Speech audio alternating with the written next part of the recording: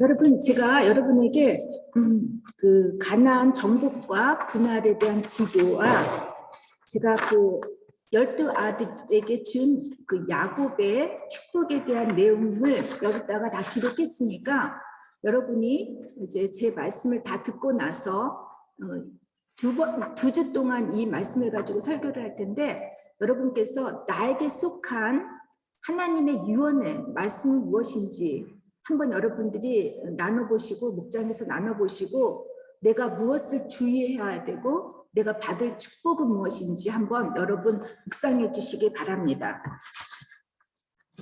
옛날에 어떤 부자 농사꾼이 살았다고 합니다. 이 농사꾼에는 머슴이 있었는데 이 머슴이 하도 어리석고 미련해 보이자 주인인 농사꾼은 지팡이를 하나 만들어서 미련한 지팡이라고 쓰고 이 머슴에게 주었다고 합니다. 그러면서 너보다 더 어리석고 미련한 녀석에게 이 지팡이를 계속해서 주라고 말을 했습니다. 얼마 후 주인이 병이 들어 사경을 헤매고 있을 때 머슴은 주인에게 이제 주인님이 얼마 후에 세상을 떠나실 때인데 이제 가면 언제 오십니까? 라고 물었다고 합니다. 그랬더니 주인은 이 미련한 녀석아, 나의 죽음의 자리에서까지도 미련을 떠는구나. 내가 또다시 올 수 있는 길이라면 왜 슬퍼하겠느냐라고 했습니다. 그러자 영원히 가실 준비는 되어 있습니까? 라고 머슴이 물으니 주인은 이놈아, 죽음의 마당에서 준비는 무슨 준비야? 라고 말을 하자 머슴은 주인님, 하루아침에 여행을 하는 사람도 준비를 하고 떠나거늘 주인님은 영원한 길을 떠나면서도 아무런 준비도 없이 간다고 하시니 세상에 주인님과 같은 미련하고 어리석은 자가 어디 있습니까? 라고 말하면서 주인이 만들어준 미련한 지팡이를 이 주인에게 돌려주었다고 합니다. 여러분, 라틴어로 메멘토 모리라는 말 들어보셨습니까? 메멘토, 리멤버죠. 인언하는 거죠. 모리는 to be, to die, 그러니까 주시대아벤이죠. 우리 인간은 모두 언젠가는 죽는 존재임을 잊지 말라는 말이에요. 19세기 초에는 죽은 가족이나 친구, 여인의 모습을 메멘토 모리 하면서 사진을 찍어두는 게 유행이었다고 합니다. 당시에는 살아생전에 사진을 찍는 것이 너무 비싸가지고 보통 이제 찍을 수가 없었다고 해요. 그런데 그렇게 비쌈에도 불구하고 사람이 죽고 나서야 그 죽은 사람을 기억하기 위해서 사진을 찍었다고 합니다. 여러분, 사진 한 장으로 죽음을 기억할 수 있겠습니까? 물론 죽은 사람이 그립고 보고 싶을 때마다 사진을 볼 수는 있을 거예요. 하지만 이 죽음 자체를 인식하고 사는 사람은 별로 없을 것입니다. 만일 죽음을 매일매일 인식하고 산다면 어떻게 인간이 이렇게 악함께 계속해서 전쟁을 일으키고 서로 괴롭히고 싸우면서 살고 있겠습니까? 우리 모두는 언젠가 죽음을 맞이합니다. 언제 어디서 죽음을 맞이할지 모릅니다. 아시는 분 계세요? 자기 죽음? 지금 당장 그 죽음이 나에게 찾아올지 아니면 몇십 년 후에 찾아올지 아무도 모르는데 많은 사람은 죽음은 아주 먼 이야기라고 나하고 상관이 없다고 생각하면서 사는 사람들이 많습니다. 또 죽음하면 많은 사람들이 두려워합니다. 이 죽음에 대한 인식에 대한 그 사람들의 그 생각은 두렵다, 끝이다, 어둡다, 외롭다, 이런 부정적인 생각들이라고 합니다.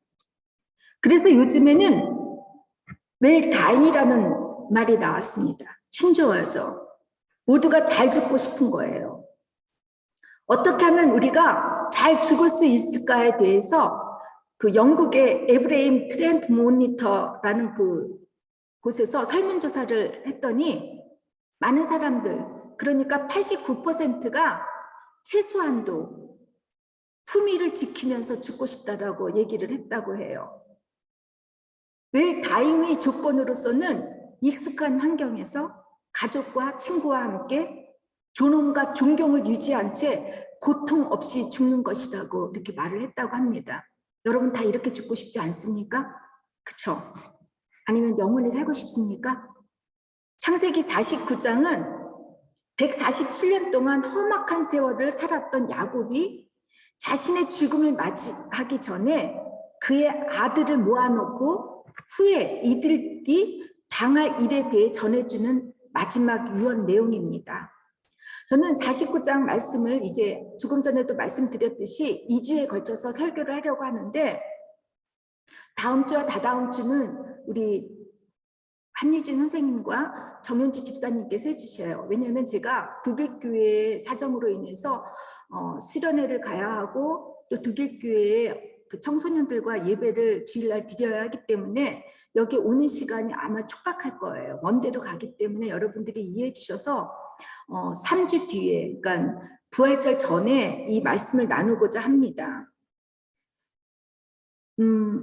조금 전에도 말씀드렸듯이 이 12 아들에게 준 그 야곱의 유언을 여러분 함께 묵상하면서 어떻게 하면 우리도 웰 다잉할 수 있을지, 이 웰 다잉하기 위해서 어떻게 신앙생활을 잘해야 하는지, 또 이 세상을 떠날 때 사랑하는 사람들에게 남기고 가고 싶은 나의 마지막 말은 무엇인지 한 번쯤 생각해보는 시간이 되었으면 합니다. 오늘은 본문 49장 1절에서 15절, 야곱이 본처 레아로부터 낳은 6명의 아들에 대한 유언에 대해서 나눠보기로 하겠습니다. 창세기 기자는 아브라함도 그렇고 이삭도 죽기 전에 유언을 남겼다는 기록을 하지 않습니다. 그런데 유난히 야곱의 두 유언에 대해서는 창세기 49장 50절까지 되게 길게 이렇게 자세히 기록을 하고 있는데요. 야곱은 자신의 죽음의 시간이 가까이 왔다는 것을 알고 그의 12 아들을 불렀다고 했습니다. 1절과 2절에서 보니까 야곱이 12 아들에게 모이다, 이르다, 들으라는 말을 2번씩이나 반복했을 만큼 그의 유언이 얼마나 중요한지를 창세기 기자가 강조한 것입니다. 야곱의 유언은 단지 어떤 한 개인의 가족사로 그치는 것이 아니라 이스라엘의 전반적인 역사를 이루는 초석이 되기 때문에 그만큼 중요한 것입니다. 그러면 여러분 몇 가지 야곱의 유언의 특징을 살펴보자면 첫 번째는 예언적 요소가 담겨 있습니다. 야곱의 유언의 내용을 보면 여러분 읽어보면 뭔가 마음이 불편하지 않습니까? 어떤 전형적인 유언과 달라요. 어떤 덕담이나 바램이나 축복이 아니라 12 아들에 대한 지금까지 어떻게 살아왔는지에 대한 심판이 담겨 있고 후에 당할 일을 알려준다고 하는데 여러분 그렇죠. 앞으로 미래 일을 알려준다는 것이죠. 예언적이죠. 그런데 우리나라 성경에는 당할 일, 수동적이면서도 약간 부정적이지 않습니까? 뭔가 불길한 예감이 들지 않아요? 여러분, 야곱의 유언이 이처럼 앞으로 이 12 아들이 이 세상 살아갈 때 어떤 일이 일어날지 예언적 성격을 띈 것은 이제 창세기 기자가 창세기를 마감하면서 동시에 앞으로 가나안 땅에서 이루어질 이스라엘 역사를 조망한 것이기 때문입니다.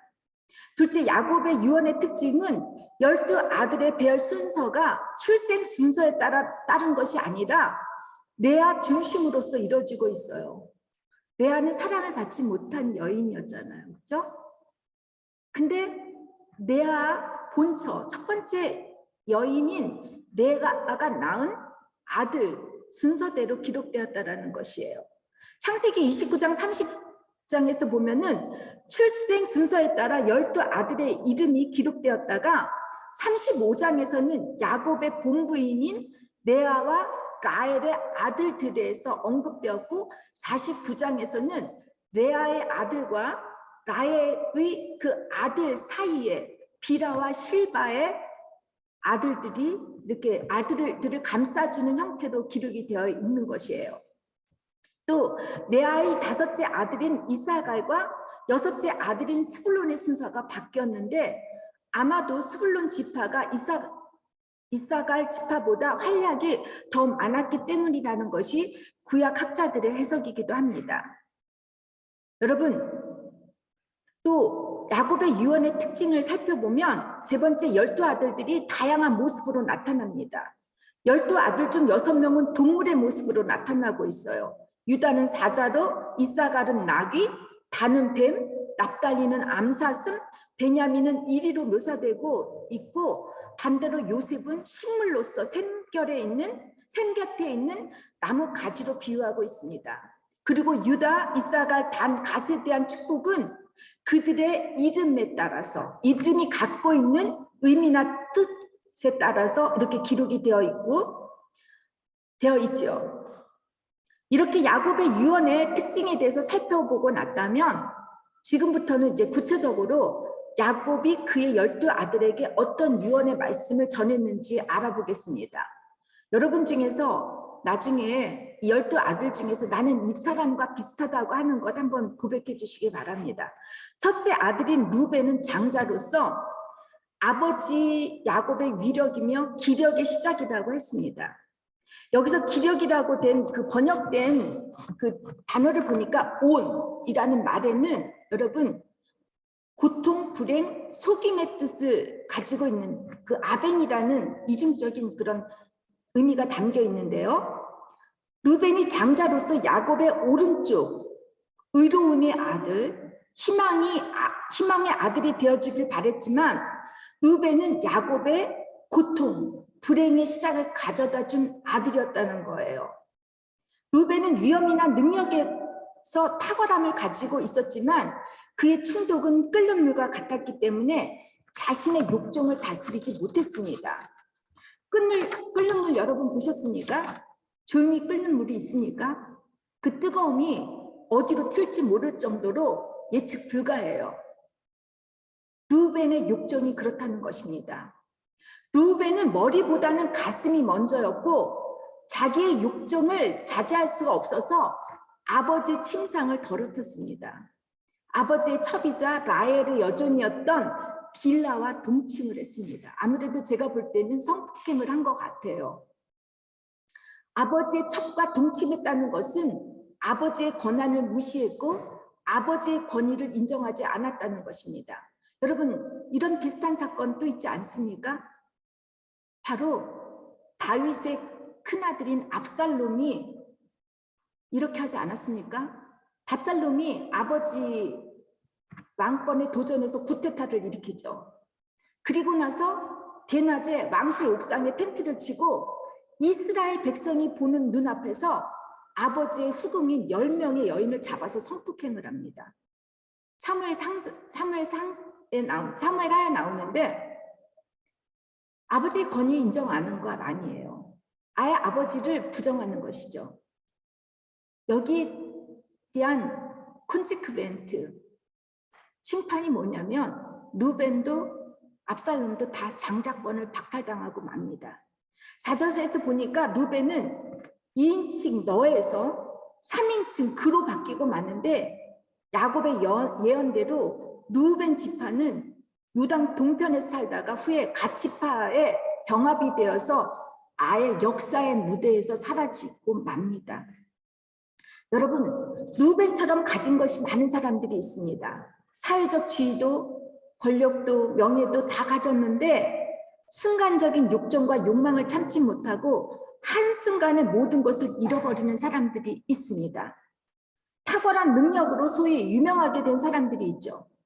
정치인도 그렇고 고위공직자, 유명한 연예인, 종교인들이 그렇습니다. 그런데 한순간에 욕정을 참지 못하고 실수를 해서 하루아침에 그들이 쌓아놓은 모든 인기와 명예와 부를 다 잃어버리는 경우들이 얼마나 많습니까?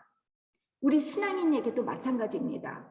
열심히 신앙생활을 해요. 매일 기도를 하고 말씀을 읽고 교회나 또한 사회에 나가서 봉사도 많이 하면서 나름대로 이 정도면 신앙이 가겠다 싶은데 아무것도 아닌 것에 참지 못해서 감정이 격해서 순간 잔신이 일어놓은 그 신앙이 말짱 도루묵이 되는 경우들이 있습니다. 또한 우리들 중 하나님으로부터 특별한 은사와 능력을 받으신 분들이 있습니다. 그런데 이런 은사와 능력을 하나님의 나라를 위해서 쓰라고 주셨는데 도리어 다듬어지지 않는 나의 기질과 성격이 한몫해가지고 가족에서도 그렇고 교회 공동체도 폐를 끼치는 경우가 많습니다.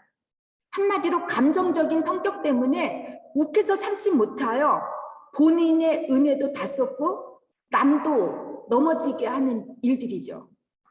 받은 은사와 능력들이 인내함의 훈련으로 잘 훈련이 된다면 빛나게 되어서 보석처럼 아름답게 사용돼야 되는데 그렇지 못할 때는 여러분 저주가 되고 맙니다. 둘째, 시몬과 레위가 받은 예언의 말씀입니다. 창세기 기자가 시몬과 레위를 형제라고 칭한 것을 보면 평상시 이 두 사람은 아주 친했던 것 같습니다. 때문에 야곱으로부터 동시에 똑같은 유언을 받습니다. 이 둘은 세겜 땅에서 자신의 여동생 디나가 세겜의 추장의 아들로부터 성폭행을 당하자 시몬과 레위가 짜고서는 복수를 합니다. 세겜 사람들에게 너희들이 할례를 받으면 동생 디나와 결혼을 시켜주겠다고 하고 나서 이렇게 거짓말을 하고 나서 세겜 사람들이 할례를 받고 고통을 받는 동안에 이들 모두를 세겜 추장의 아들만 죽인 것이 아닙니다. 세겜에 있는 모든 남자들을 칼로 잔인하게 죽인 사건을 저지르지. 불의를 보면 참지 못하는 성격 같지만 그 뒷면에는 혈기와 분노가 있었다는 것이에요. 의외로 여러분 화가 많은 사람들이 있습니다. 이런 분들의 특징은 문제 중심에만 관심을 두는 부정적인 사람들입니다. 판단의 기준이 옳고 그름으로 바라보니까 다른 사람의 다름과 차이를 인정하지 않아요. 늘 주변이나 환경을 탓하고 책임을 돌리다 보니까 자신의 문제점이나 행동을 살피거나 반성을 도저히 하지 않습니다. 이렇게 분노가 또 화가 많은 사람들은 본인도 그렇지만 주변 사람 모두에게 감정 노동을 시켜버려요. 다른 사람들의 감정은 쓰레기가 되는 거예요.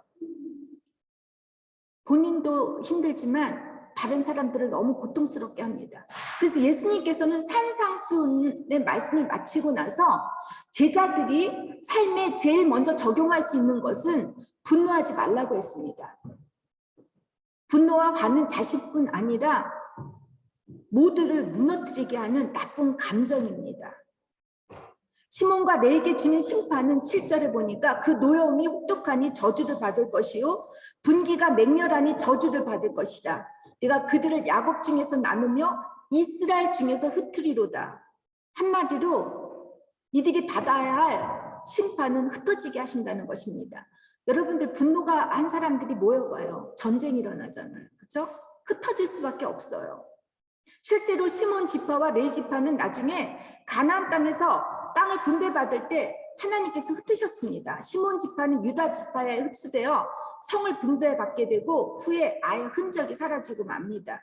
레위 지파도 흩어졌지만 아론의 금송아지 그 숭배 사건 때 이 백성을 처단하는 일에 헌신했기 때문에 하나님께서는 이들의 분노를 거룩한 분노로 제사장의 지파가 되게 하셨고 이스라엘 전체 흩어지게 하셔서 백성들에게 율법과 제사를 지게 하는 영적인 인도자로 만드셨습니다.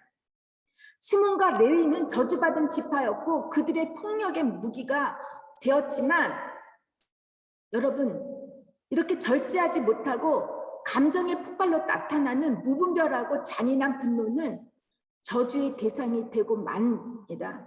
그러나 레위 지파처럼 하나님의 율법과 언약의 말씀을 지키기 위해 사용된 분노는 거룩한 분노로서 칭송의 대상이 될 수 있다는 것입니다. 세 번째로는 유다가 받은 유언의 말씀은 다른 아들에 비해 유다가 받은 축복에 대해서는 창세기 기자가 8절에서 12절로 길게 묘사하고 있습니다. 찬양하다라고 하는 그의 이름의 뜻처럼 유다는 장자권의 축복을 받음으로써 다른 형제들보다 앞서게 되었고 그들로부터 찬양을 받게 될 것이라고 합니다. 야곱은 유다를 마치 사자 새끼처럼 비유를 합니다. 움킨 것을 찢어먹고 불로 들어가 엎드려 눕는 사자와 같아서 누구도 감히 유다를 건드릴 수 없다고 합니다.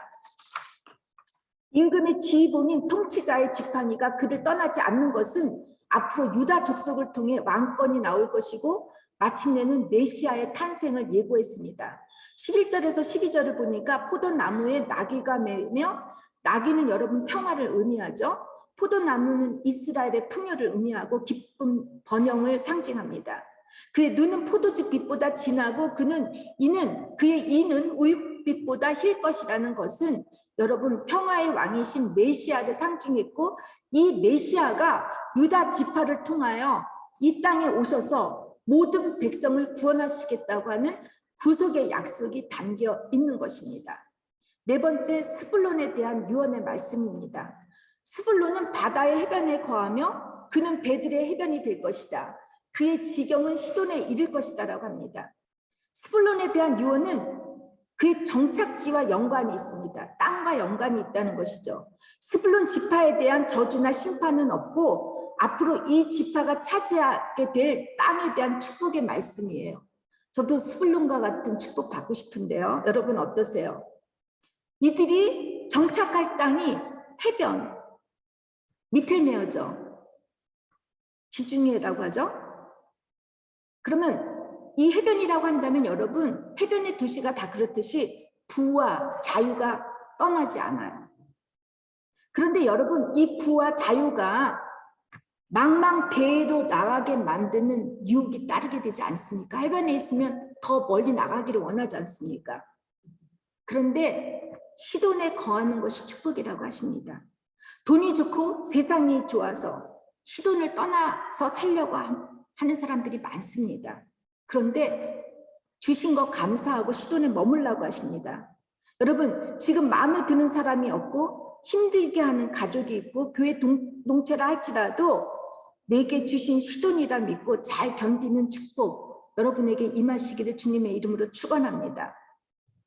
다섯째, 이사갈에 대한 유언입니다. 안장 사이에 웅크린 뼈만 남은 나귀 같을 것이다. 살기 편한 곳을 보거나 안락한 땅을 만나면 어깨를 들밀어서 짐이나 지고 압제를 받으며 섬기는 노예가 될 것이다. 참 두렵죠. 이사갈이라는 말은 에시사카르라는 뜻이에요. 나귀와 같은 신세가 될 것이라고 하십니다. 이사갈이라고 하는 그의 이름의 뜻, 여러분, 하나님은 나의 보상이다라고 할 수 있지만 이시사카르는 다시 뜬 뜻으로 품꾼, 일용 노동자라는 뜻도 담겨 있습니다. 본래 그는 서쪽의 산악 내륙지역에서 거주하였으나 서쪽 평지 지역으로 거주지를 옮겼다가 가나안 사람들로부터 독립성을 잃어버리고 이제 강제 노동에 시달림을 받게 되는 불행한 결과를 경험하게 됩니다. 나귀처럼 시기를 좋아하고 좋은 땅을 위해 자신의 경계를 버리고 떠나게 되면 여러분 결국 누군가의 압제를 받고 그를 섬겨야 하는 신사가 된다는 것입니다. 여러분을 힘들게 하는 남편이나 아내, 자녀 다 품어야 할 사람들입니다.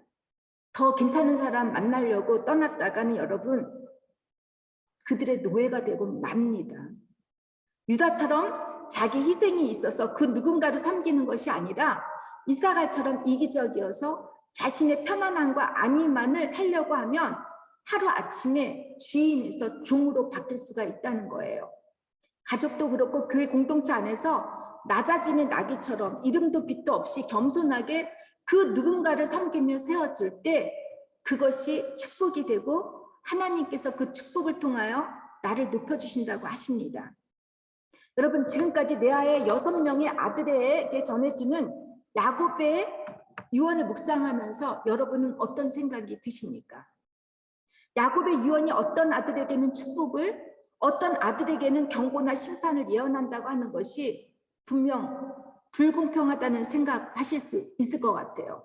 우리 따지기 좋아하잖아요. 계산하기 좋아하잖아요. 그죠? 그런데 여러분, 만일 내가 축복이 아닌 경고나 심판을 받아야 하는 입장이라면 여러분 어떻겠습니까? 그러나 우리가 잊지 말아야 할 것은 아무리 경고 말씀이라 할지라도 그 경고 말씀을 마음에 새기지 않고 잊지 않고 마음에 새겨서 잊지 않고 잘 지키면 축복이 되지만 불만족하고 불평을 하고 원망을 하면 그리고 지키지 않으면 이것이 저주가 또한 저주 심판이 될 수 있다는 것입니다. 사도 바울은 고린도전서 12장에서 보면은 성령께서 주시는 여러 은사들에 대해서 소개를 하는데 그 중에 예언이 포함되어 있습니다. 또 고린도전서 14장에 보면 예언의 은사를 사모하라고 했습니다.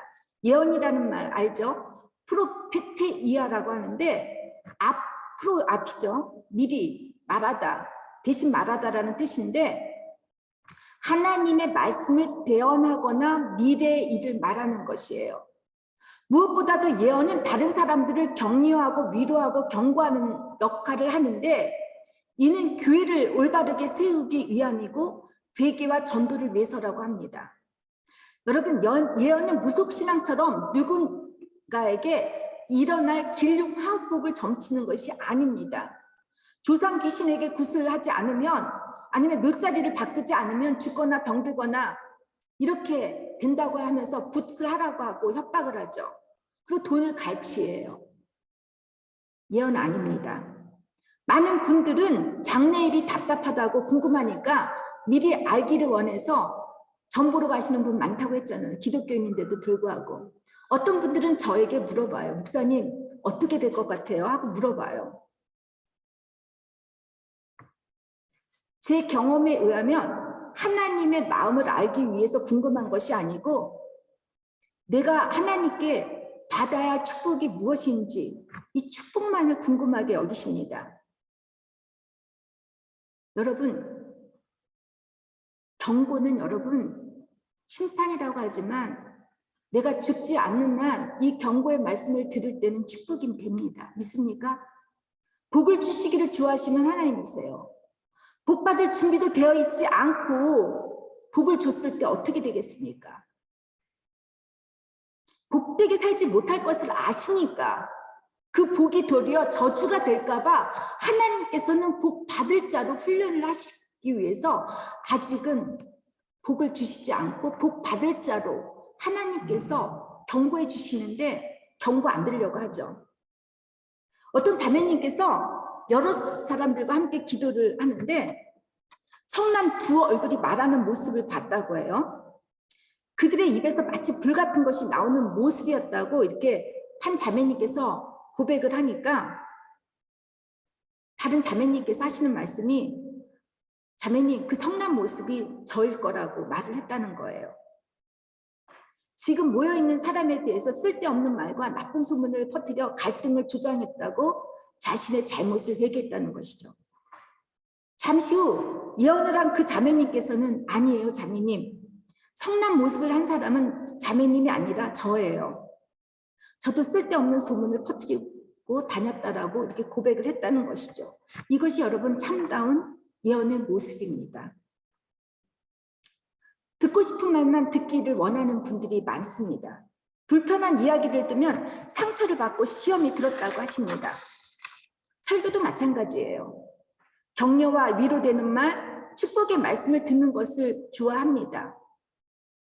근데 여러분, 축복 정말 받고 싶으면 경고 말씀 먼저 들어보세요. 물론 말하는 그 전달자가 어떻게 말을 했고 어떠한 태도를 했는지 중요하지만 여러분 전달자를 보면 안 됩니다. 전달자가 나에게 전하는 그 전달 내용이 무엇인지 이것이 정말 하나님께서 내게 주신 말씀인지 말씀에 비춰서 봤을 때 그것이 나에게 준 말씀이라고 한다면 여러분 그 말씀을 아멘으로 받아들여야 합니다. 하나님의 말씀은 살아있고 운동력이 있어 좌우에 날선 어떤 검보다 예리하여 혼과 영과 및 관절과 골수를 찔러 쪼개기까지 하며 또 마음의 생각과 뜻을 감찰하신다고 했습니다. 이렇게 날카로운 칼이 주님의 말씀이 나에게 임할 때 내가 아프지 않고 멀쩡하다는 거 이거 당연하다고 생각하면 이거 정말 문제 아니에요? 우리 한샘 환자 같잖아요. 몰라요. 내가 찢어져 나가도 아픈지 몰라요. 하나님의 말씀이 검 같은 것이 나의 삶을, 내 삶 속에 나의 인격과 모든 것을 들어와서 저에게 가르쳐 주신다면 이게 불편하더라도 모든 것 나아야 되잖아요. 그렇죠? 아파요. 눈물이 나요. 제가 목회신학 그 심리학을 공부할 때 많은 목사님들이 한 6개월 지나고 나니까 못 견뎌서 많이들 우시고 난리가 났었어요. 자신이 생각지 못했던 과거에 있었던 모든 일들이 다 올라오고 아픔과 상처들이 올라오니까 못 견뎌 하시더라고요. 여러분, 축복을 좋아했던 야곱이 왜 험악한 세월을 보냈습니까? 말씀을 듣긴 들었어도 자신이 하나님보다 앞섰고 자신이 원하는 것만 가지려고 하니까 이 축복을 잘못 믿었기 때문 아닙니까? 하나님의 축복은 눈앞에 있는데 그 축복을 받아야 할 하나님의 사람이 되지 못했기 때문에 이스라엘이 되어야 할 사람이 여전히 남의 발뒤꿈치를 밟으려고 하니까 그런 야곱으로 머물러 있으니까 그의 삶이 험악했다고 하는 것이 아닙니까? 여러분, 저는 제 경험에 의하면 축복이 있어요. 어떤 분은 물질의 축복을 입고 어떤 분은 건강의 축복을 갖고 있어요. 저는 그 축복이 은사라고 봐요. 은사는 하나님께 받은 선물인데 그 선물은 반드시 나의 배부름을 위해서 하는 게 아니에요. 남에게 덕이 되고 나누기 위해서 주신 선물이라는 겁니다. 근데 내가 이 선물, 하나님께 주시는 은사, 선물을 받고 싶은데 지금 받지 못하고 있어요. 그러면 하나님께서 이 선물을 나는 너에게 줄 거야 라고 말을 하는데, 여러분, 예를 들면 제 아들이 성격이 불같아요. 그렇지는 않지만 예를 들면 이 불같은 아들에게 알코올을 마시거나 막 이랬다고 해봐요. 이 아들에게 제가 칼을 준다고 생각해 보세요. 그 칼로 어떻게 할지 모르잖아요. 그렇죠? 그러면 제가 이 아들에게 칼을 줄 때는 이 아들이 이 칼을 잘 소양할 수 있을 정도의 어머니로서 이 아들을 훈련을 시켜야 되는 거예요. 남 찔러 죽이면 어떡하겠어요? 저는 제가 목회를 하면서 신앙 상담도 하면서 볼 때 두 부류의 사람들을 보게 돼요. 어떤 사람은 정말 힘들어해요. 그래도 들어요. 이게 하나님의 말씀으로 들었을 때 하나님께서 이분을 수술해서 가는 과정을 다 겪고 나면은 나중에 이분이 얼마나 잘 되는지 몰라요.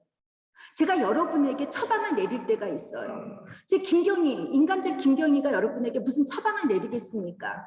그러나 제가 여러분에게 처방을 내릴 때는 축복을 받기 위한 처방이에요. 예를 들면 우리 아들에게 너 방 깨끗이 하면 엄마가 용돈 10유로를 올려줄게 라고 생각을 해보세요. 아들이 방 안 치워요. 10유로 못 받아요. 그죠? 근데 내가 너에게 이런 것들을 해줄 테니까 너 방을 치워 깨끗이. 이렇게 얘기할 때 그 방을 치우는 순종을 했을 때, 처방을 받았을 때 우리 아들은 10유로를 받게 되고 이 방을 깨끗이 하는 것이 습관이 되다 보면은 어느 곳에서 가서도 깨끗하게 정리할 수 있는 사람이 된다라는 거예요. 여러분, 저는 하나님의 은사를 믿습니다. 그리고 또한 제가 지금까지 60평생을 살아봤는데 하나님께서 구하는 모든 것 다 주셔요. 직장에 어려움이 있거나 건강에 어려움이 있거나 자녀가 소글색이 있거나 이런 모든 것들은 여러분 하나님이 없어서 주시지 않는 거가 아니라는 거예요. 하나님은 주시는데 내가 받을 수 있는 그 축복의 사람이 되어 있느냐가 중요하다라는 거예요. 그래서 여러분, 저는 목장에서나 교회 공동체에서 처방을 내려주는 하나님의 약, 구약, 신약 두 개의 약이 있잖아요. 그렇죠? 이 약을 잘 받고 이 약을 잘 소화시켜서 그대로 삶에 적용을 하다 보면 여러분이 생각지 못한 축복들 너무나 많이 줘요. 저는 그것이 증인이에요. 제가 그 많은 사람들 다 봤어요. 깨어져 가는 가족이 살아나고 직장이 새로 생기고 결혼을 하고 그런 축복들 다 임하는 것을 제가 봤습니다. 믿습니까, 여러분? 그래서 여러분, 오늘 야곱이 6 아들에게 주는 그 축복의 내용 중에 다행히 나는 없어. 그럼 너무너무 감사하죠. 그러나 우리 유다의 축복 받고 싶지 않습니까? 그렇죠? 저는 아무리 좋은 축복을 받는다 해도 그것이 유혹이 되고 나를 죄로 이끌어가는 어떤 올무가 된다면 저는 그 축복 받는 게 두렵습니다. 여러분, 축복을 받고 싶으면 일단 축복을 위해서 기도할 것이 아니라 그 축복을 내가 어떻게 사용할 수 있는지, 사용할 수 있는 사람이 되게 해달라고 이렇게 기도해 보세요. 그러면 여러분이 구하는 그 이상으로 하나님은 주실 줄 믿습니다. 믿습니까, 여러분? 이런 말씀 듣기 좋아하죠. 그렇죠? 근데 축복 정말 있습니다. 잊지 마시기를 바라고, 저는 여러분께서 받은 은사는 여러분들의 사명과 연관이 있습니다. 하나님, 먼저 그의 나라와 의를 구할 때 하나님께서는 모든 것을 더해 주신다고 했습니다. 더.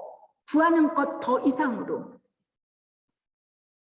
제가 어떤 물질을 구할 때 하나님, 나 명품 옷 하나 사 입고 싶으니까 물질 주세요. 뭐 주실 수 있어요.